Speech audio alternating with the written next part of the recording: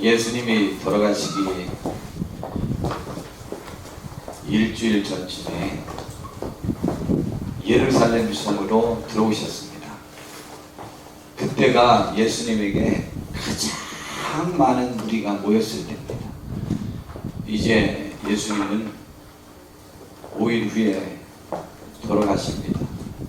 그런데 그 월요일에 예수님이 예루살렘 성에 들어오시는데 나귀를 타고 들어오셨습니다. 나귀도 그냥 나귀가 아니고 아주 어린 나귀를, 아직 한 번도 그러한 짐 실는 용이나 사람을 태우는 일을 해보지 않았던 그런 어린 나귀를 타고 오셨습니다. 그런데 그때 예수님에 대한 소문이 유대 전체에 확 퍼졌습니다. 보리떡 5개와 물고기 2마리로 어린아이와 여자아이를 제외한 남자 장정수만도 5,000명이나 되는 사람들을 먹였대. 그리고 4,000명을 또 먹인 적이 있대. 그리고 또 병든 자를 고쳤는데 앞을 못 보는 사람도 뜨게 했대. 걷지 못하는 사람도 일으켰대. 침대에 들려왔던 중풍병자를 그 즉시를 고치셨대. 죽은 사람도 살렸대. 더더군다나 바로 직전에 며칠 전에는 예루살렘에서 가까운 베단이라는 곳에서 죽은 지 4일이나 되었고 장사 지냈고 무덤문을 닫아버린 그 나사로를 살리셨대. 이런 소문이 막 퍼졌습니다.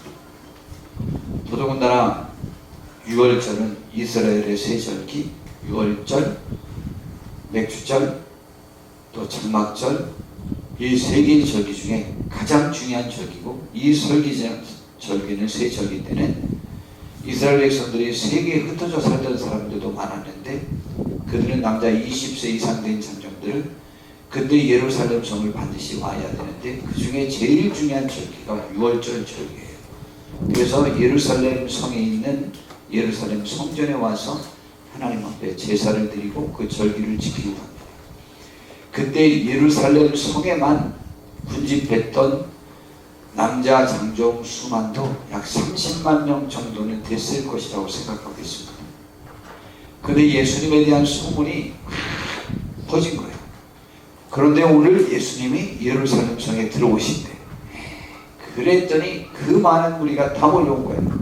그래가지고 예수님을 기다리고 있었다. 근데 예수님이요, 말을 타고 들어오신 게 아니고 나귀 중에도 보잘것없는 작은 나귀를 타고 들어오셨어요. 근데 이스라엘 백성들이 난리가 난 거예요. 자기들의 겉옷을 벗어가지고 예수님이 지나가는, 나귀가 지나가는 그 길을 깔아가지고 나귀가 그걸 밟고 지나가도록 했습니다. 그리고 막 백성들과 어린아이들이 외쳤는데 호산나 호산나고 외쳤어요.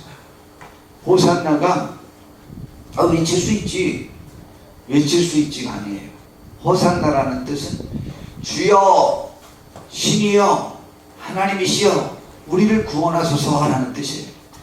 그러니까 이거는 사람에게 하면 안 되는 거예요. 그런데 그런 외침을 예수님에게 하면서 막 다 환호하고 난리가 난 거예요. 그런데 그 모습을 보고 있었던 헬라인들이 있었어요. 헬라인들에게는 어떤 습성이 있었느냐면, 우리가 아는 대로 세계 철학의 근원지, 특별히 사람에 관한 철학에 관한 그런 출발점이 이 헬라에서 싹텄고 헬라에서 굽혔어요. 그래서 우리가 아는 대로 제일 많이 아는 철학자가 누구냐? 소크라테스, 플라톤, 아리스토텔레스, 이 사람들이 다 헬라 사람들이에요. 그리고 헬라 사람들은 자기들의 문화에 대한 자긍심이 굉장히 많고, 또한 세계에서 새로운 지식, 철학, 지혜 이런 것들을 탐구하고 그런 대화를 듣고 그 지식을 얻고자, 지혜를 얻고자 세계를 이렇게 방랑하는, 돌아다니는 사람들이 많이 있었어요. 그런데 지금 유대 나라에 예수라는 사람이 있다는 소식을 그들이 들었어요.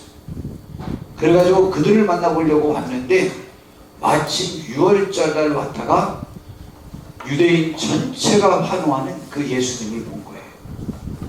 그리고 그의 지혜와 그의 지식이 무엇인가 그렇게 화려하고 영향력 있게 할 수 있는 무엇이 있나 싶어서 그의 제자가 되고 싶은, 혹은 예수님에게서 무엇을 좀 배워보고 싶은, 혹은 예수님을 만나보고 싶은 그러한 마음으로 그의 제자 빌립에게 와서 이야기했습니다. 그러더니 빌립이 안드레에게 말하고 안드레와 빌립이 함께 가서 예수님에게 얘기했습니다. 그때 아마 빌립과 안드레도 굉장히 자부심이 생겼을 거예요. 이야, 헬라 사람이 와서 우리 예수님을 만나 뵙고 잖아요. 우리 스승님을 기분이 되게 좋았을 것입니다. 그런데 예수님께서 그 이야기를 듣고 우리가 너무 잘 아는 귀한 말씀을 주셨어요. 동문서답과 같은 답변이지만 그 답변이 그들에게 너희가 나의 제자 되고자 하면 무슨 이유냐? 라는 질문과 함께 나의 제자가 되고자 하는 사람들은 이러한 목적을 갖고 나에게 와야 된다 라는 말씀을 주셨다고 볼 수 있어요. 주님이 말씀하십니다. 인자가 영광을 얻을 때가 왔도다.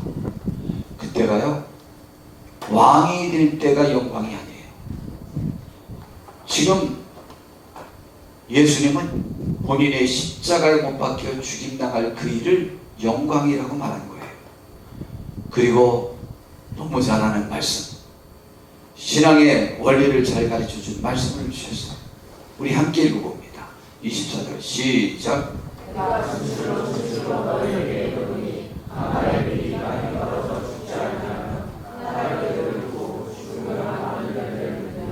예, 여러분은 주님께 왜 나오셨습니까? 왜 주님의 제자가 되고 싶고 주님의 말씀을 들었습니까? 그리고 왜 계속 듣기를 원하고 그분을 따르기를 원합니까? 어떤 사람들은 교회 나오는 이유를 이렇게 설명하는 사람도 있습니다. 자기가 교회 나오기 전에는 구청장님이나 경찰서장이나 사회적 지위가 높은 사람들에게 함부로 말하거나 같이 지낼 기회도 없었고 그럴 입장이 되지 못했다는 거예요. 근데 교회 나갔더니 그들에게 경찰서장님에게 경찰서장님 안 하고 교회에서는 뭐라고 불러요? 그의 직분을 부릅니다. 집사님, 그렇게 부르잖아요. 장로님이요, 장로님 하고 부르잖아요. 그게 자기와 격이 같아지는 거예요. 어제부터 밑인 거예요. 장로님이 경찰서장님, 집사님은 어이 집사님 하고 부르거든요. 그래서 교회 나온다는 분들도 있었습니다. 여러분이 교회 나올 때 무엇 때문에 나옵니까? 화려한 복장을 입은 사람들입니까? 뛰어난 지식을 지닌 사람들입니까? 사회적 지위를 지닌 사람들입니까? 그들과 함께 함으로 인해서 여러분이 그들과 어깨를 나란히 하고 있다는 것을 자부심을 갖기 위해 교회 나오십니까? 아니면 무엇 때문에 나옵니까? 주님은요, 내가 죽어야 열매가 맺을 수 있다는 거죠. 죽어서 구원의 열매를 맺는 목적을 가지라는 것이죠. 나를 죽이는 거죠. 그는 나의 영광을 찾고자 하는 것이죠. 그러면서 이어서 말씀하십니다.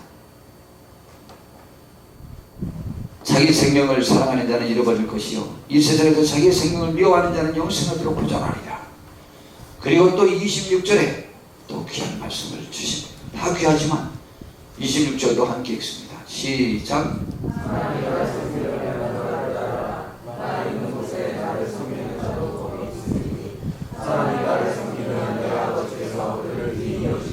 예, 사람은 자기의 만족과 자기 자신의 가치를 느끼는 방법이 여러 가지가 있습니다.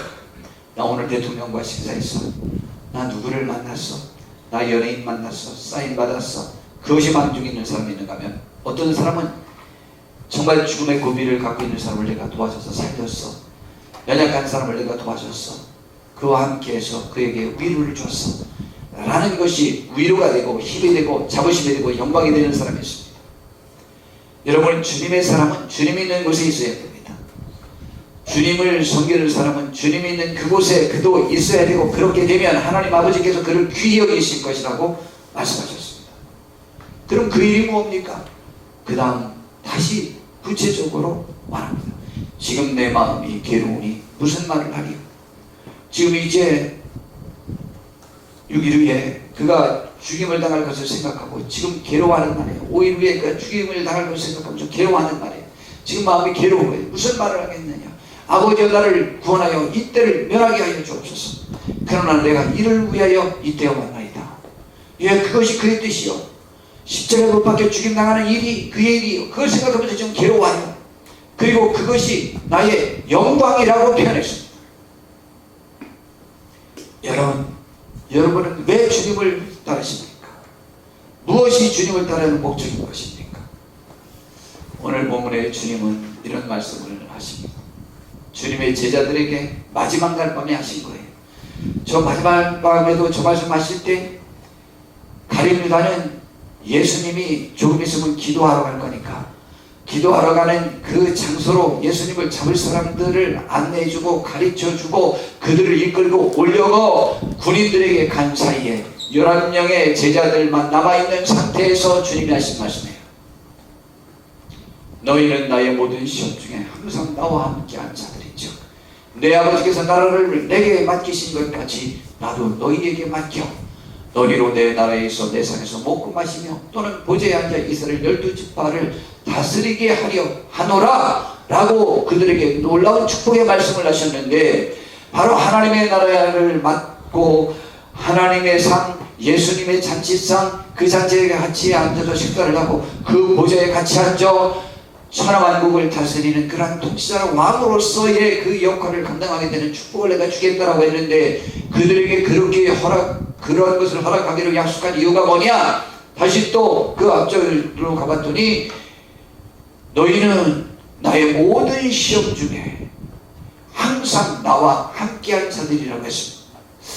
저는 저 말씀을 보면서 무슨 생각을 했냐면, 예수님은 도대체 무슨 시험을 그가 받았을까? 시험이라고 하는 것은 이것입니다. 어려움을 겪었다는 얘기죠. 어려움을 겪었다는 것이고, 그가 무슨 어려움을 겪어서 예수님의 제자들이 그를 따르기로 작정했을 때 저 예수님을 쫓았다 계속 쫓는다면 우리가 얻을 유익이 없겠다고 생각될 만한 시험거리를 지닌 그러한 상황들이 언제 있었나? 또한 시험은요, 이것도 시험입니다. 예수님을 따르려고 하는데 나의 연약함과 부족함 때문에 쓰러져서 예수님을 쫓아가기에 두렵고 죄송스러워서 그것을 포기하고 싶을 때도 시험입니다. 우리는 쌍방간의 이 시험을 그들을 이긴 사람들이에요. 그래서 너희는 나의 모든 시험 중, 특별히 예수님에게서 어떤 약점을 꺼집어내서 그를 떠날 만한 상황이 많은 상황 속에 있었는데 너희는 나를 버리지 않고 함께 있어 줬다. 그래서 많은 것들을 너희에게 맡기겠다라고 말씀하신 거예요. 놀라운 사실 아니에요? 예수님이 바로 잡히시기 몇 시간 전, 돌아가시기 하루 전날, 그리고 성경에 많은 말씀이 있는 중에 특별히 이러한 표현은 여기밖에 없습니다. 그러면 예수님은 어떤 시험을 당한 적이 있었을까? 확실하게 그가 시험을 받은 적이 있어요. 마귀의 시험을 받았습니다. 예수님이 세례 요한에게로부터 세례를 받고 30세 때에 이제 복음 전파를 하려고 하는데 성령 충만해졌어요. 근데 성령 충만해졌는데 성령님이 인도하는 대로 광야로 나가서 마귀에게 시험을 받기 위하여 광야로 인도하셨대요. 아니, 성령님이 마귀에게 시험 받도록 인도하는 분이 성령님이시죠? 맞아요. 인도할 수 있어요. 그래서 40일을 금식하면서 굶주렸어요. 근데 마귀가 세 가지를 유혹했죠. 네가 정말 하나님의 아들이라면 이 돌들로 똑똑이가 되게 해보라. 그 시험은, 야, 내가 하나님을 믿는 사람이냐? 그렇다면 종교적으로 모든 여건을 좀 화려하게 좀 만들어봐라. 그게 뭐냐? 꾀제제하게 라는 것이 시험이에요. 여기에 넘어가면 안 돼요. 그래도 돈 버는 게 먼저지? 그게 우선하냐? 아니요. 그것은 마귀의 유혹에 넘어가는 거예요. 물리쳤어요. 두 번째 시험은, 내가 하나님의 일을 하기를 원한다면 너를 하나님의 아들인 것으로 믿게 하려고 네가 그런 거 아니야.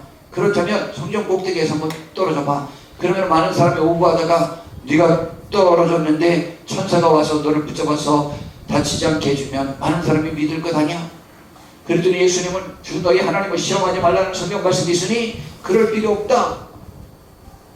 왜 하나님이 나를 도와주실 것과 내가 하나님의 자녀라는 걸 의심해서 어떤 초자연적인 현상을 자꾸 내가 보여야 된다고 이렇게 의심하냐? 그럴 필요 없다 그랬어요. 그랬더니 마귀가 천하만국을 보여줬어요.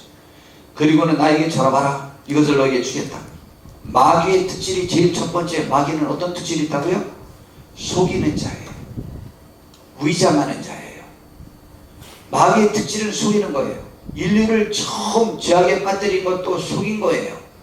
그걸 따먹으면 하나님처럼 된다는 거에 선악과를 따먹으면 그게 마귀가 유혹한 거예요. 넘어가면 안 됩니다. 큰일 납니다. 세상이 지 거예요. 지 것이 아닌데 지가 왜 주고 안 주고를 지가 말해. 그것도 거짓말이고, 혹시 지가 준다고 할지라도 사람의 목적은 마귀가 가지고 있는 것을 얻고자 하는 것이 사람의 목적이 아니고, 사람의 태어난 본분은 하나님만 섬기고 그분께 예배하는 것만이 사람의 본분이에요. 근데 마귀는 이 두 가지를 다 이렇게 하면서 꼭 마귀의 말을 안 들으면 꼭 내 인생 삶 자체가 실패할 것처럼 그렇게 요구합니다. 근데 예수님은 단호하게 말씀하셨어요. 사탄아 물러가라. 성경엔 기록됐는데 주 너희 하나님께 경배하고 다만들을 섬기라고 했다 그랬어요. 그래서 마귀가 어떻게 했냐? 예수님을 떠나고 천사들이 예수님께 와서 수종 들었다고 그랬어요.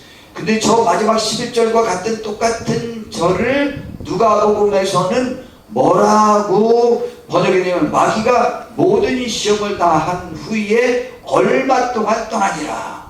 그럼 마귀는 다시 예수님을 와서 시험하려고 계획하고 있었음이 분명합니다. 그러므로 베드로서에서는 우리 모두에게 말하기를, 그리스 나라를 깨어라. 너희 대적 마귀가 우는 사자같이 들어다니며 삼킬 자를 찾는다고 말씀하셨습니다. 지금 이 시간 설교하는 나를 마귀가 넘어뜨리려고 기회를 살피고 있을 거예요. 설교를 듣는 여러분을 지금 마귀가 여러분을 넘어뜨리려고 기회를 살피고 있는 거예요. 이 성경 말씀, 이 하나님의 말씀을, 저를 통해 전해진 하나님의 말씀이 막 화가 나게 들리게 해서 못 받게 만든다든가, 혹은 무시하게 된다든가, 혹은 뭐 졸립다든가, 뭐 이렇게 해서 못 듣게 하는 거예요. 마귀가. 나 마귀가 하는 거예요. 그래서 삼킬 자를 찾아 삼켜버리려고 지금도 기회를 엿보고 있는 것이 마귀예요. 조금도 쉬지 않아요. 마귀는 지치지 않아요. 우리가 지치는 거지 마귀는 안 지칩니다. 그래서 계속 우리를 그렇게 유혹하고 있는 거예요. 거기에서 이겨야 돼. 예수님이 그런 마귀의 시험을 받은 적이 있어요. 그뿐만이 아니에요. 예수님이 사역을 감당할 때 예수님도 시험에 들었고, 예수님이 드는 그 시험에 제자들도 같이 시험 드는 거죠. 그 중에 하나가 신앙의 본질을 이해하지 못하는 사람들 때문에 예수님이 많은 어려움을 겪었습니다. 한 번은 예수님이 보리떡 5개와 물고기 2마리로 5,000명을 먹이는 이적을 베풀었어요. 사람들이 난리가 났어요. 예수님을 왕으로 삼으려고 그랬어요. 그리고는 많은 사람들이 아주 매일 예수님이 있는 곳만 쫓아다니는 거예요. 지금도 많은 무리가 예수님에게 왔어요. 근데 예수님이 그들에게 말씀하셨어요. 너희가 나에게 온 것은 내가 이적을 행했기 때문이 아니고, 나에게 왔다가 한 끼 식사를 했기 때문이다. 떡을 먹었기 때문이다. 그러니 그렇게 썩어질 양식을 위하여 일하지 말고 영생하도록 있게 하는 하나님의 말씀에 관심을 갖고 구원을 받는 여러분이 되었으면 좋겠다 라고 이렇게 얘기했어요. 그랬더니 그들이 기분이 나빠가지고 다 떠나버리고 말았어요. 그런데 이제 제자들만 남았어요. 그래서 너희들도 가려고 하느냐 라고 했는데, 그 제자들이 뭐라고 말하는지 알아요? 영생의 말씀이 주님께 있사오매 우리가 어디로 가오리까? 그리고 12명만 남았어요. 그때 제자들도 이런 생각을 가질 수 있어요. 아니, 예수님 자기가 열심히 설교하고 이적을 베풀어가지고 5,000명이나 되는 사람을 제자로 삼아가지고 교회가 이제 이렇게 부흥하게 됐는데, 아니 그걸 말씀을 잘못하셔갖고 5,000명을 한꺼번에 달달 주저버린, 야, 한번 은진 한번 생각해봐라. 지금 내가 한번 잘해가지고 여기 지금 여기 예배실에 여기에 다 앉으면 꽉 차 앉으면 160명 정도 앉아요. 그러면 160명이 60명이 딱 왔는데, 여러분 하나님과 말씀대로 제대로 살아야 돼. 제대로 살지 않으려면 안 돼요 하라고 성경 말씀을 정말 말했는데, 그것을 책망으로 들어서 기분 나빠서 그럼 너나 해라. 그리고 다 떨어버리고 돈 요금만 남았어. 그러면은 160명 와가지고 기분이 막 좋았다가 돈이 이렇게 남으면은 기분이 확 상하고 왠지 모르게 시험을 들고 저 목사님과 같이 있다가 우리 교회 부흥 안 될 거다 라는 생각이 들어서 더 훌륭한 목사님 밑에 가서 내 영향을 펼치고 싶은 생각이 들 수도 있어요. 그런데 안 떠났어요. 그래도 안 떠났어요. 붙어 있었어요. 그 예수님의 제자들이에요. 그런 시험들이 매번 있었다는 것이죠. 그뿐만이 아닙니다. 위선적이고 거짓된 당시 종교 지도자들 때문에도 예수님은 시험에 들었고, 그들과의 대항이 그를 굉장히 몰리게 만들었습니다. 그들로 인하여 예수님의 제자들이 얼마나 책망을 들었고, 그들로 인해서 예수님이 결국 죽게 됩니다. 그들에 의해서. 그 환성을 질렀던 그 수많은 유대인들이 5일 후에는 예수님을 다 십자가에 못 박으라고 막 외치는 사람들로 변화됩니다. 여러분, 그것이 유대인들이에요. 그런데 그 종교 지도자들, 그들에 관해서 마태복음 23장에 보니까 예수님께서 신랄하게 그들을 비난합니다. 그들은 말로는 가르치고 행하지 않으니까 그들의 행함은 본받지 말고 말만 들어라. 그리고 겉은 버지름한데 속은 썩은 시체가 있는 무덤과 같다. 그리고 돈의 유익을 위해서 좌우지간 낙타는 집어삼키고 하루살이는 내치는 그러한 못된 인간들이다. 그들 말은 듣지 마라. 뱀들아, 독사의 자식들아, 지옥에 나가라 그랬어요. 여러분, 예나 지금이나 다 똑같은데요, 예수님께서 위대한 말씀을 하셨어요. 뭐라고 말씀하시냐면, 세리와 창녀들은 천국에 가깝고 천국에 들어가지만 너희들은 지옥에나 들어갈 것이다 그랬어요. 여러분, 그것은 지금 한국 사회에 가장 맞는 말이에요. 지금 한국교회에 가장 맞는 말이에요. 여러분이 앞으로 결혼해 보세요. 여러분, 여기 여자들 한번 결혼해 보세요. 여기 있는 여자분들이 남편들 다 이겨. 한 번도 안 줘.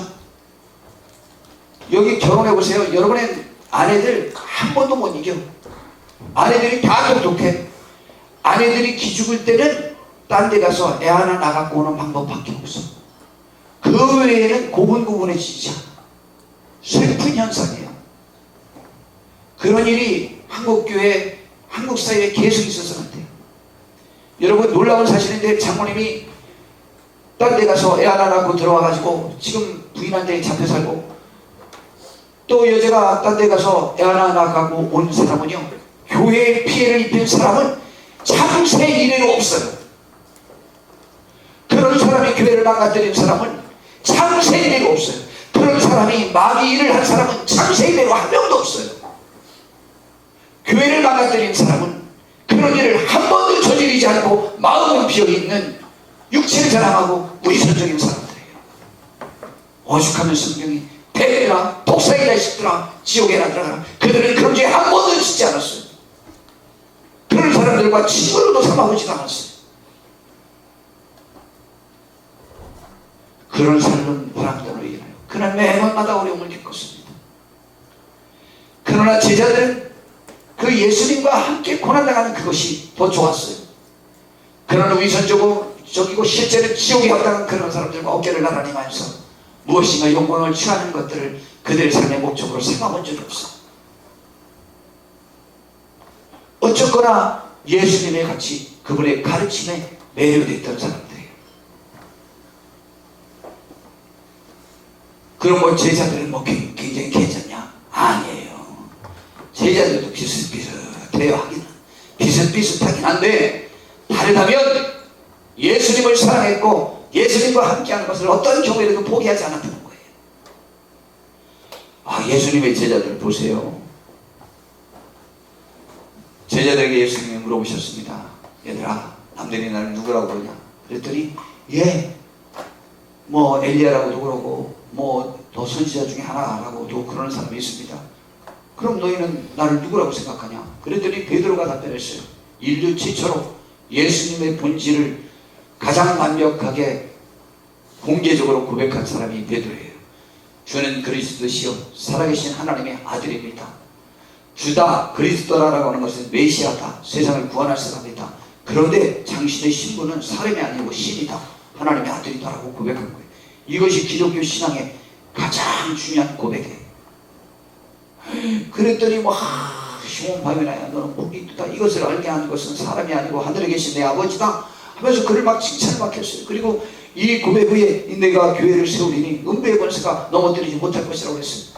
그리고 이제 예수님께서 자기의 본질을 이제 제자들이 이해했다고 생각돼서 자기가 할 일이 무엇인지 최초로 또 구체적으로 설명을 했어요.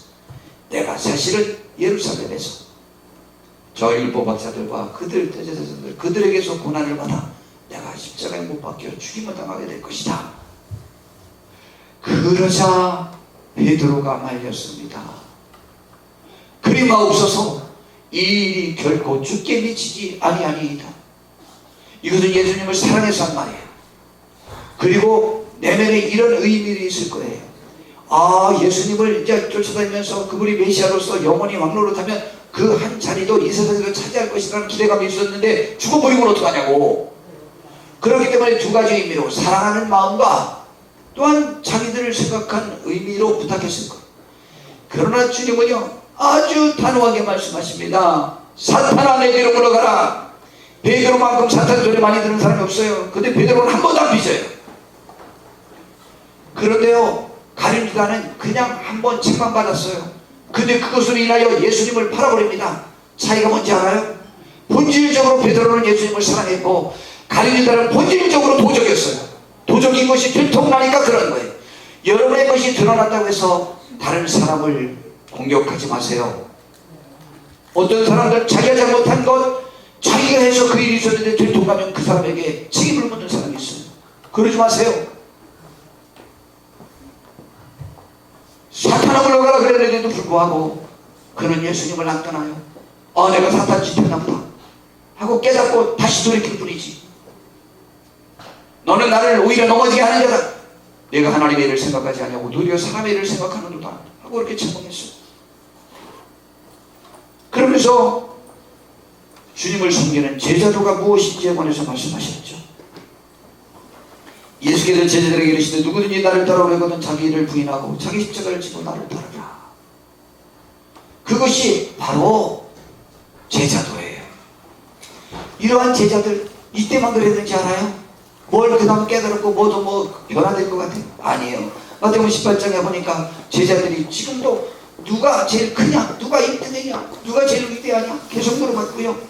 그 다음에 누가복음 22장 우리가 28절부터 읽었는데 바로 그 앞전에 지금 가룟 유다는 예수님을 팔러 나갔고 나머지 11명 제자가 남아있는데 그들 중에서 또 다툼이 일어났어요. 그 와중에 지금 내가 오늘 잡혀서 내일 죽는다라고 말씀하고 계시는데도 불구하고 그건 관심도 없고 그들 사이에 그중 누가 크냐 하는 다툼이 일어났어요. 이게 제자들이에요. 기가 막힌 것 아니에요? 그리고 이제 오늘 본문 말씀을 하신 거예요. 그 말씀을 하신 다음에 너희가 나의 모든 시험 중에 함께 했으니 내가 이런 축복을 주겠다라고 말씀하시면서 이어서 주님이 뭐라고 말씀하셨냐면 또 말씀하셨어요. 베드로와 시몬아 보라 사탄이 너희를 밀가부르듯하려고 요구하였으나 지금 베드로와 다른 제자들을 지금 넘어뜨리려고 사탄이 지금 유혹하고 있다는 것이죠. 그러나 내가 너를 위하여 네 믿음이 떨어지지 않기를 기도하였느니 너는 돌이키기 위해 내 형제를 굳게 하라. 지금 우리 성도님들이 시험에 드는 것이 뭐예요? 지금 베드로가 오늘 밤에 또 예수님을 모른다고 부인할 그 시험에 들을 것을 예수님이 알고 계셨어요. 그래서 예수님이 어떻게 하셨을까요? 지금만 기도한 것이 아니고 그 이전부터 그 일이 벌어질 것을 생각하고 기도해 오고 있었대요. 우리 성도님들이 시험들쯤 되면 증세가 보일까요? 안 보일까요? 제가 보이기에는 보여요. 충분히 보여요. 그럼 어떻게 할까요? 저 거지 같은 인간 또 시험 드네? 그럴까요? 아니에요. 거지 같은 인간까지는 맞는지 몰라요. 스승보다 더 훌륭한 제자가 없다고 그랬으니 제가 거지 같으니 오죽 거지 같은 사람들이 여기 모였겠어요. 그러니까 우리 또 쓰러지겠구나. 그럼 제가 어떻게 하겠어요? 기도해 옵니다. 얼마나 아프게 기도할 때가 많은지 알아요? 무지무지하게 아프게 기도해요. 그가 돌이키게 해달라고. 돌이키면 그가 나중에 형제들을 굳게 할 것이 될 것이래. 그랬더니 베드로가 무슨 말씀입니까? 저는요 주를 위해서 감옥에라도 혹은 죽는 데에도 가기를 각오하였나이다. 그랬더니 다른 사람들도 다 그렇게 될 거라고 막 함께 얘기했어요. 그런데 주님은 아주 당합니다. 내가 내게 말하는데 오늘 다 굴기 전에 내가 나를 세 번 모른다고 부인하게 될 것이다 라고 그랬어요. 정말 그렇게 했어요. 그리고 베드로가 얼마나 마음이 아팠는지 알아요? 얼마나 괴로웠는지 알아요? 마귀에게 또 졌어요. 그러한 제자들을 주님은 줬어요. 다 시험거리예요. 제자들도 시험거리, 다른 사람들도 시험거리. 그런 사람들에게 둘러싸이는 예수님이에요. 충분히 예수님에게 시험거리가 있어요. 왠지 모르게 성공 못하는 것 같아 보이기도 해요. 그런데도 불구하고 그 제자들은 예수님을 떠나지 아니하겠다는 것이죠. 예수님은요 그분이 스스로 사역을 감당하면서 당하는 실제적인 어려움이 있었습니다. 그 중에 하나를 예수님에게 어떤 바리새인이 와서 율법학자가 와서 주님이 계시는 거처하는 곳에 내가 한번 가보고 싶습니다. 그랬어요. 그랬더니 주님이 누가복음에 예수께서 이르시되 여우도 굴이 있고 공중에 새도 집이 있을 때 인자는 머리 들 곳이 없다고 말씀하셨어요. 여러분 거처가 없는 것이 얼마나 불편한지 알아요? 여러분이 오늘 밤에 가서 쉴 곳이 없고 그런 데가 얼마나 불편하겠습니까? 예수님은 3년 동안에 집에 한 번도 가지 못했습니다. 그러한 육체적으로 실제적으로 사역 중에 당하는 어려움이 있었어요. 그뿐만이 아닙니다. 예수님께서는요 돌아가시기 전날 밤 내일 죽을 것을 생각하면서 너무너무 고민스러웠어요. 그래서 베드로와 야고보와 요한을 데리고 이제 기도하러 가셨습니다. 그런데 그때 그들에게 한 말씀입니다. 고민하고 슬퍼하셨어요. 예수님이 왜 고민하고 슬퍼하셔? 천하의 예수님이. 그리고 그 다음 말씀 또 보세요. 내 마음 매우 고민하여 죽게 되었으니. 아니 기독교인들은 저런 말 표현하지 말라며. 예수님도 나 죽을 지경이라고 표현했는데 뭐 우리 표현해도 괜찮아요. 나 지금 괴로워서 죽을 지경이라고 괜찮아요. 알겠죠? 괴로워 죽을 지경이라고 우리 김두경 교사님도 막 얘기해도 괜찮아요. 근데 그게 습관인 사람들이 있어. 죽겠네. 짜증나 죽겠어. 날마다 그런 말이 입에 대는 사람이 있어요. 그러지 말고 실제적으로 어려워서 좀 표현할 수 있어요. 괜찮아요. 그러니 너희들은 나와 머물러 나와 함께 조금만 좀 깨어있었겠다. 이렇게 구차하게 째째하게 지도자라는 인간이 자기 혼자 자기를 극복해야지. 내가 지금 마음이 괴로워 죽을 지경이니까 내가 힘들어서 견딜 수가 없어. 그러니까 나 좀 위로받게 너희들이 잠깐 좀 나랑 좀 깨어있어줘. 지사 얼마나 보잘것없는지. 그런데 제자들이 그때 잠을 자버렸어요. 그리고 배반한 거예요. 그러나 예수님의 제자들도 저 부탁하는 예수님과 함께 하지 못한 것을 아파했지 그 예수님을 멸시하지 않았어요. 연약하고 약한 모습을 보일 때 멸시하지 않았어요. 사실은 함께하고 싶었지만 일단 사탄의 장막이 그들을 쳤고 육신이 약해서 그들은 그것을 이루지 못했어요. 그들이 좌절했습니다. 절망했습니다. 그들이 절망한 것은요 예수님이 무력하게 십자가에 못 박혀 죽은 것도 아니고 자기들이 그 예수님과 함께 죽지 못한 것이 아파했어요. 그래서 예수님은 그들에게 하늘나라를 허락하기로 맡겨서 함께 영원토록 왕노를 타고 통치하기로 원했던 것입니다. 그때 예수님이 얼마나 힘들게 기도했는지 알아요? 천사가 하늘로부터 예수께 나타나 힘을 더했는데 천사가 힘을 도와주면 어떤 일이 벌어지느냐? 예수께서 힘쓰고 애써 더욱 간절히 기도하시니 천사가 도와주면은요 더욱 애쓰고 힘써 간절히 기도할 수 있어요. 천사가 안 도와주면은요 하나님이 안 도와주면요 기도할 때요 애써 기도해달라가 잠들어갖고 하나도 피곤하지 않아요. 그런데요 천사가 힘을 도와주고 성령님이 도와주면은요 밤을 세울 수 있어가지고요 몸을 어떻게 되냐? 땀이 땅에 떨어지는 빗방울 같이 되더라. 제가 고등학교 1학년 때 서울로 전학 왔는데 그때 우리 생물 선생님이 교회 다니는 선생님이셨어요. 그래서 이 말씀을 하시면서 사람이 너무 힘들면 모세 혈관이 터져서 피가 나오는데 예수님이 지금 그 현상이 일어나는 것이다라고 하는 말씀을 하시는데 제가 너무 오래되었어요. 너무 힘들면 모세 혈관이 터진다는 얘기했죠. 제가 우리 얘기했잖아요. 우리 상현이 작은 엄마, 이야 애기 낳는데요, 그 누구보다 진통을 오래 했고 괴로움을 당했어요. 근데 제가 그때 무슨 병원인데 갔는데 애기 낳다고 해서 병원에 딱 들어갔어요. 들어가다가 깜짝 놀라고 돌아 나왔어요. 어이, 여기 왜 황현수 집사님이 안 있고 그 친정엄마가 여기 누워있대요? 아니 그 엄마하고 그 딸하고 구별이 안 되는 거야. 갑자기 애기 내놓고 엄마처럼 변했어. 월꼴이. 다시 야 너도 그렇게 느꼈냐? 그랬더니 자기도 그렇게 느꼈대. 그 신랑 이낙 집사님. 다시 들어가 봤어요. 그랬더니 자기가 고생한 이야기를 쭉 하는데 얼굴은 행복하고 목사님 제가 이렇게 얘기 났어요. 막 이렇게 해가지고 막 그렇게 하는데요, 여기 막 실핏줄이 다 터진 거예요. 아이고 여기 막 그렇게 됐네요. 그랬더니요, 옷을 여기를 확 이렇게 내리고 어깨를 확 까서 보여주는 거예요. 여기 보세요. 몸만 그런 게 아니야. 여기 전체가 실핏줄이 다 터졌어. 이야, 얼마나 힘썼으면 그렇게 되는 거죠. 성령님이 우리와 함께 하시면 생명도 주게 드릴 수 있어요. 그런데 우리는 이 세상에서 가장 행복을 누릴 수 있어. 그러나 성령님이 함께 하시지 않으면, 마귀가 함께 하면 우리는 실컷 잡자고요, 일생 최대의 저주감과 패배감에 진치에 빠질 수 있어. 우리는 성령님의 도우심으로 죽을 만큼 주께 충성하는 축복이 있기를 정말 바랍니다.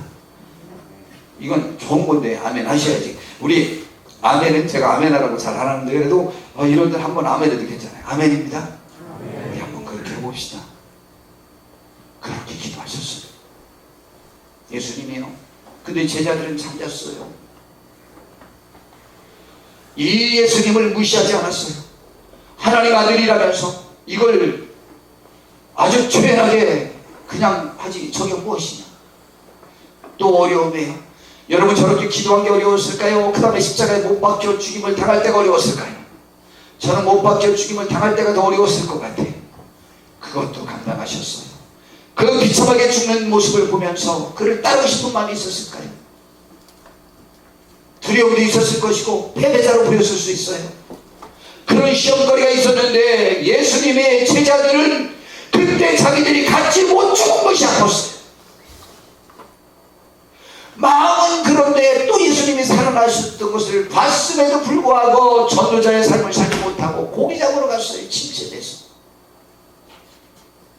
그런 사람들이에요. 그러나 예수님을 멸시하진 않았어요. 저는 이 시험당한 것을 아주 가장 잘 표현한 것이 고린도전서에 있는 바울 사도의 표현이에요. 저는 이 말이 굉장히 내가 생각하건대 하나님이 사도인 우리를 죽이기로 작정한 자같이 끄트머리에 두셨어요. 굳이 말하면 제일 못난 제일 힘든, 남들이 다 보이는 그 끄트머리에 우리를 홀로 쓴 것 같다. 우리는 세계의 본 천사와 사람들에게 구경거리가 되었노라. 우리는 그리스도 때문에 어리석으나 너희는 그리스도 안에서 지혜롭고, 우리는 약하나 너희는 강하고, 너희는 존귀하나 우리는 비천하여. 지금 고린도 교회 교인들을 말하는 거예요. 지금 바울 사도는 그렇게 고생하고 힘들고 너무 어렵게 하고 있는데 그들은 잘났다고 하는 사람들과 누리면서, 그러면서 자기들이 지혜롭다고 생각하면서 바울 사도를 멸시하고 있었어요. 바로 이 시간까지 우리가 줄이고 목마르고 헐벗고 매맞으며 정처가 없고 또 수고하여 친히 손으로 일을 하며 모욕을 당한 적 축복하고 박해를 받은 적 참고 비방을 받은 적 권면하니 우리가 지금까지 세상에 도는 것과 만번의 찌꺼기같이 되었다고 말을 했습니다. 사역자는, 하나님의 사람은 이런 멸시와 어려움을 겪을 수 있어요. 그것이 시험거리예요. 그런데 놀랍게 복 있는 사람은 그 시험거리를 지닌 하나님의 사람들과 함께하는 것을 두려워하지 않는 거예요. 자, 그러면 예수님의 제자들은 무슨 의미로 예수님과 그렇게 함께할 수 있었을까요? 수많은 시험거리가 있었는데, 저는 단호하게 말하는데 사랑이 그것을 가능하게 하는 것이요, 사랑은 어떠한 상황 속에서도 떠나지 않습니다. 주님도 베드로에게 그분의 일을 다시 부탁하기 위한 조건으로 그의 사랑을 확인하셨습니다. 전도 일어나지 않고 고기나 잡으러 갔던 베드로를 만나서 물어보셨어요. 요한의 아들 시몬아, 내가 이 사람들보다 나를 더 사랑하느냐라고 질문했습니다. 베드로는요 예수님을 사랑해요. 그래서 주님 그렇습니다. 내가 주님을 사랑하는 줄 주께서 아시나이다 그랬습니다. 예, 지금 비록 자기가 제자의 삶을 전혀 살고 있지 못하지만 내가 주님을 사랑하는 것만은 분명합니다. 여러분, 저도 10년 동안을, 약 10년 동안을 매년마다 하나님이 날 죽이시지 않고, 지금 죽여도 내가 하나님 앞에 항변할 수 없는데 죽이시지 않고 아직도 사역을 맡겼구나 라는 것이 감사했어요. 제 마음속에 그렇게 아픔이 있었어요. 내가 주님의 종으로서, 목사로서 제대로 삶을 살지 못했던 것이 나를 그렇게 괴롭혔어요. 그러면 그만둬야 되잖아요. 왜 목사 일을 계속하고 있어요? 아니에요. 주님을 사랑하기 때문에 언제까지 잘 감당하고 싶은 마음이 있었기 때문에 그만둘 수는 없어요. 여러분, 시험은 쌍방 안에 같이 들을 수 있어요. 그때 포기하지 말아요. 포기하는 것은 사랑이 없기 때문이에요. 주님을 사랑하세요. 여러분의 삶을 사랑하세요. 하나님 맡긴 사명을 사랑하세요. 포기하지 마세요.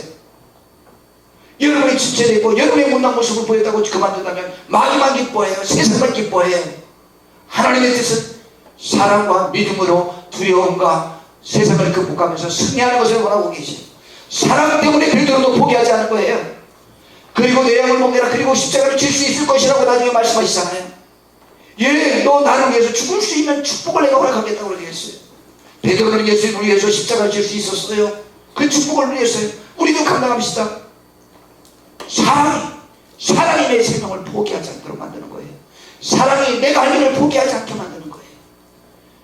사랑이 모든 것을 가능하게 하는 거예요. 사랑하는 어려움에 처한 사람을 조롱하거나 비웃지 않습니다. 어려움에 처음에 행하는 약한 그 모습을 또한 멸시하지 않고 안타까우며 도와주길 바랍니다. 여러분요, 부모님, 이 세상에서 여러 사랑이 많이 있는데 부모가 자녀를 사랑하는 것 외에는 성경에 말해준 그 사랑과 합당한 사랑이 내가 보기에 별로 없어요. 어느 부모가 자녀가 불에 타 죽을 때, 자녀가 죄를 져가지고 매를 맺고 사형 집행을 당할 때 그놈 잘됐다 라고 하면서 그를 멸시할 부모가 어디 있습니까? 대신 내가 주지 못한 것 때문에 아파할 거려. 절대 멸시하지 않을 거려. 죄인이든 사형수든 어떤 형태에 있었던 자식이라고 할지라도 부모는 그를 멸시하지 않아요. 그와 함께 하기로 하고, 아니 차라리 그를 배신할 수 없는 것을 아파할 거려. 멸시하지 않아요. 무엇이? 사랑이. 우리도 모든 삶에 있어서 그러니 사랑의 이끌림을 받는 복된 사람들 되어야 해요. 그래서 예수님의 제자들도 예수님을 사랑했기 때문에 포기하지 않은 거예요. 자기들도 약하고 예수님이 약한 상황이 있다고 할지라도 그 예수님과 함께 하지 못한 것을 아파했던 거예요. 다윗왕이 자기의 고통을 말합니다. 주의 집을 위하는 여성이 나를 삼키고 주를 위해서 너무 열성적으로 해서 자기가 지금 막 팽팽해져가고 있어요. 주를 비방하는 비방이 그래서 내게 미쳤나이다.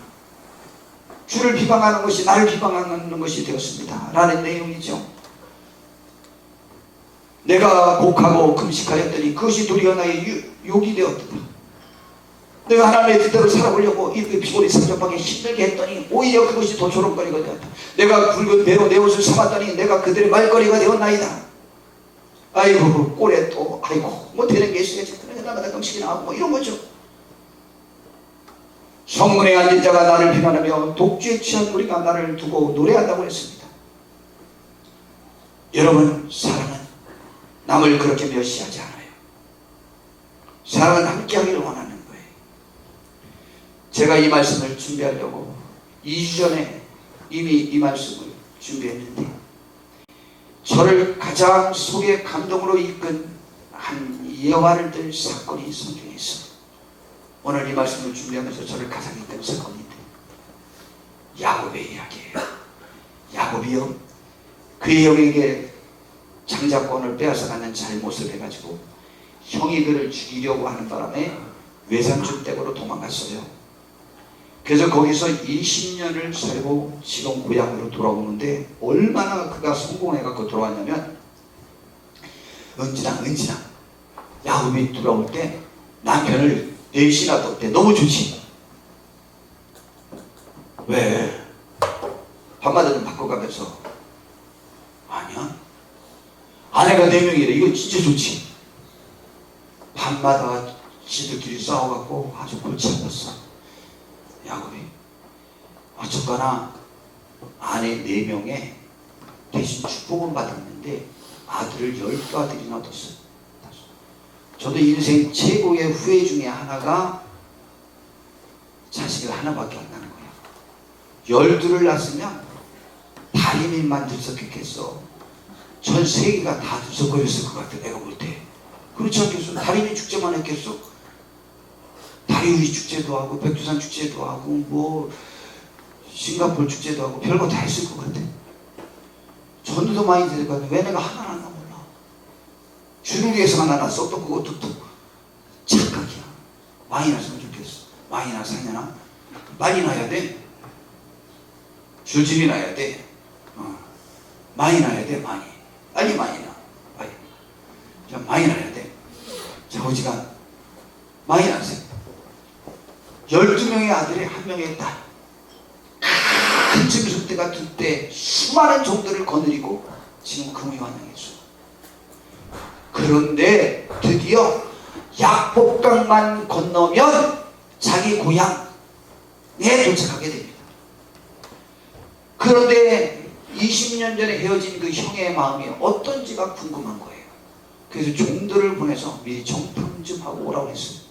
그랬더니 종들이 갔다 오더니 뭐라고 보고하느냐면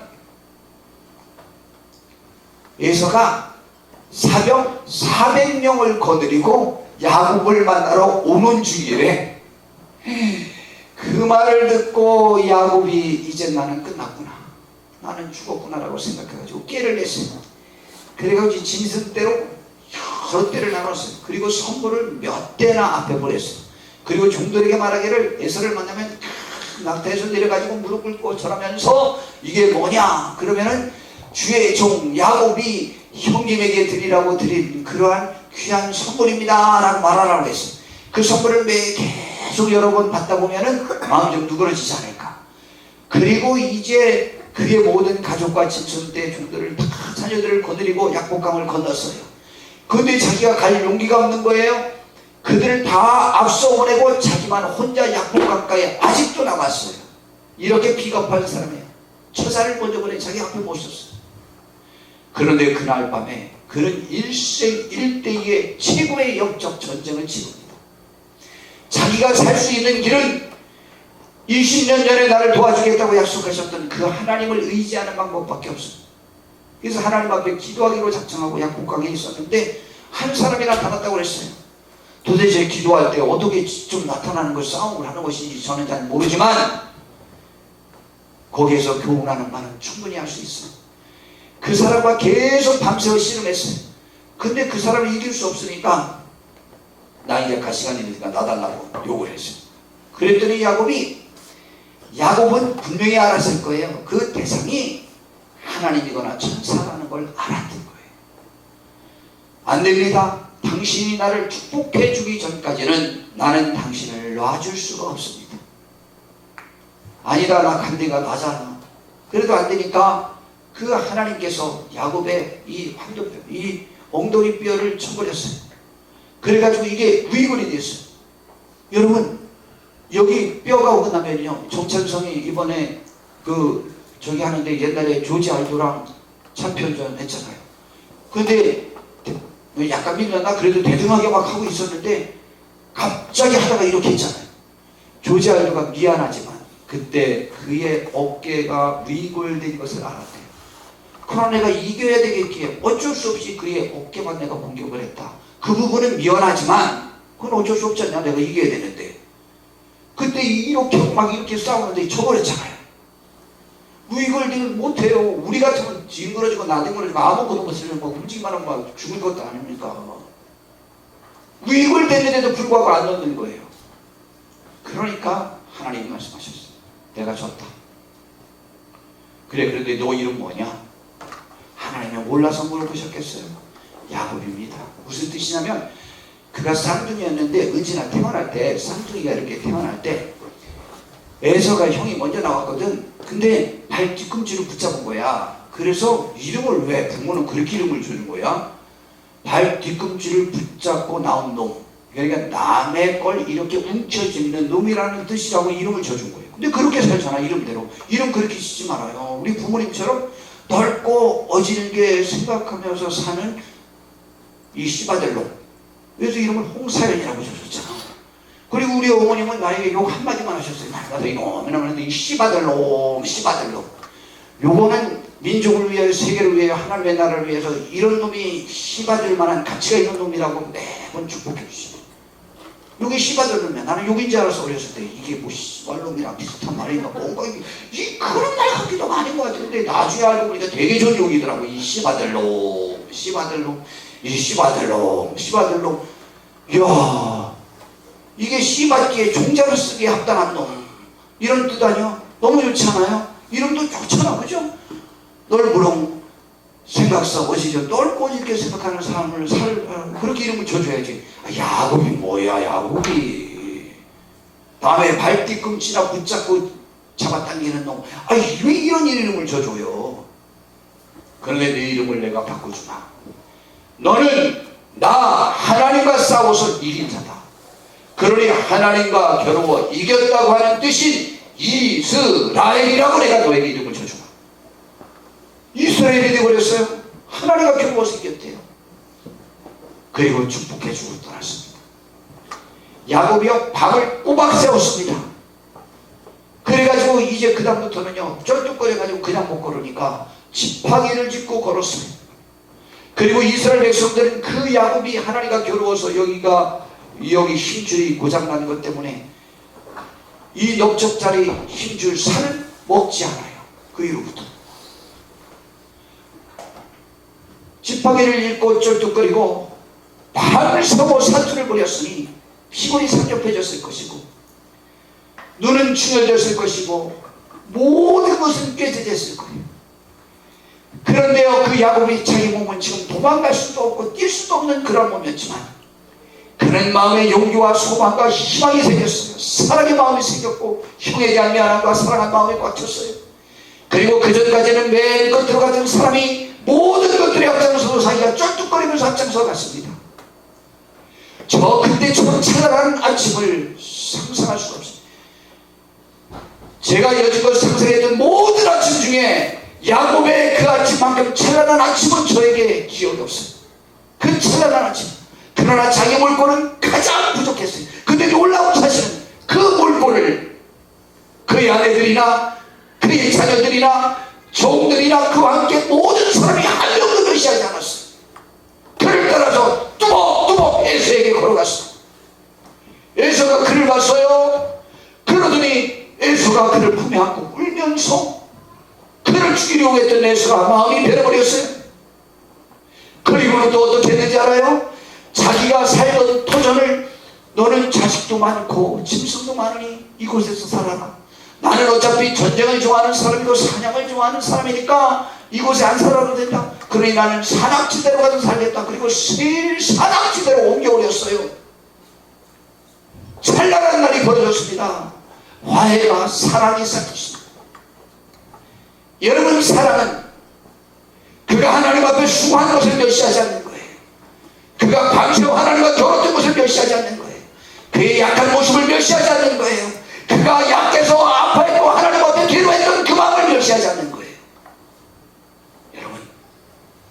여러분의 마음속에 사랑이 많은 것들을 이끌기를 바랍니다. 화려하고 깨끗하고 지식이 있는 채 잘 누리는 것이 여러분의 관심거리가 아니고 사랑 안에서 하나님 안에서 사랑으로 여러 가지 것들을 행하는 귀한 여러분이 되기를 바랍니다.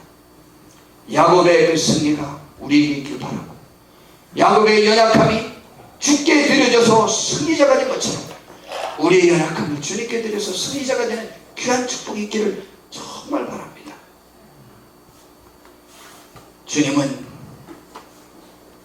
하나님은 우리에게 이런 말씀을 주십니다. 사랑이 무엇이냐? 사랑은 오래 참고 사랑은 온유하며 시기하지 않고 자랑하지 않고 교만하지 않고 무례행하지 않고 자기의 유익을 구하지 않고 성내지 않고 악한 것을 생각하지 않고 불의를 기뻐하지 않고 진리와 함께 기뻐하고 모든 것을 참고 모든 것을 믿고 모든 것을 바라며 모든 것을 견디는 게 사랑이라고 했습니다. 그 사랑이 우리의 내면 속에 이끄는 원동력이 되기를, 삶의 원동력이 되기를 진심으로 바랍니다. 그것이 하나님의 나라에서도 쓰임받게 되는 것이요. 그래서 예수님은 오늘 본문을 다시 한번 보면 이렇게 말씀해 주십니다.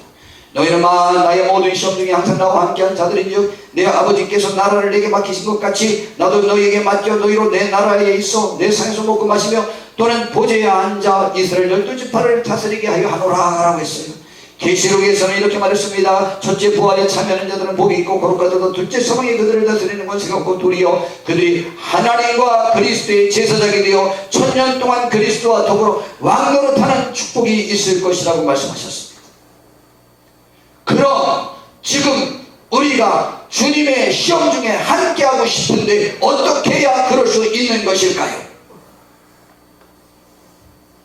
PPT를 만들지 않았지만 예배서 1장 23절에 보니까 저를 떠납니다.